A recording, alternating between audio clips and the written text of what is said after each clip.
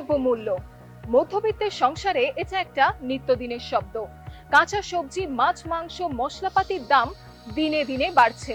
আর এগুলো যার মাধ্যমে রান্না হবে সেই গ্যাস সিলিন্ডার, তার দাম তো আকাশ ছোঁয়া। রীতিমতো রান্নাঘরে গিয়ে হিমশিম খাচ্ছেন গৃহিণীরা।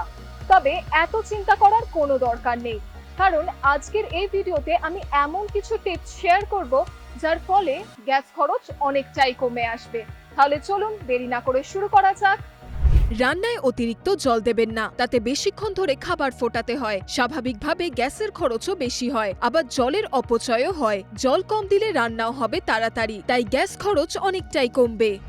সব সময় ঢাকা দেওয়া পাত্রে রান্না করুন, তাতে তাড়াতাড়ি ফুটবে তরিতরকারি। সেদ্ধ তাড়াতাড়ি হলে কমবে গ্যাসের খরচ। তাতে গ্যাস সিলিন্ডার 1 মাসের পরিবর্তে টানা 2 মাসও চলতে পারে।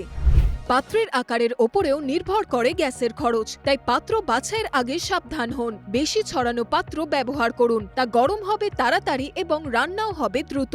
স্বাভাবিকভাবেই তাতে হবে গেরস্থের সাশ্রয়। সাধারণত ভাত ডাল রান্না করতে বেশি সময় লাগে, তাতে গ্যাস খরচ হয় তুলনামূলকভাবে অনেকটাই বেশি। সময় বাঁচাতে এবং গ্যাস সাশ্রয় করতে অবশ্যই চাল এবং ডাল রান্নার আগে ভিজিয়ে রাখুন। প্রেসার কুকারে রান্না করুন, তাতে রান্নার সময় বাঁচবে। স্বাভাবিকভাবে বাঁচবে আপনার গ্যাস সিলিন্ডার। ব্যাস, আর চিন্তা কিসের?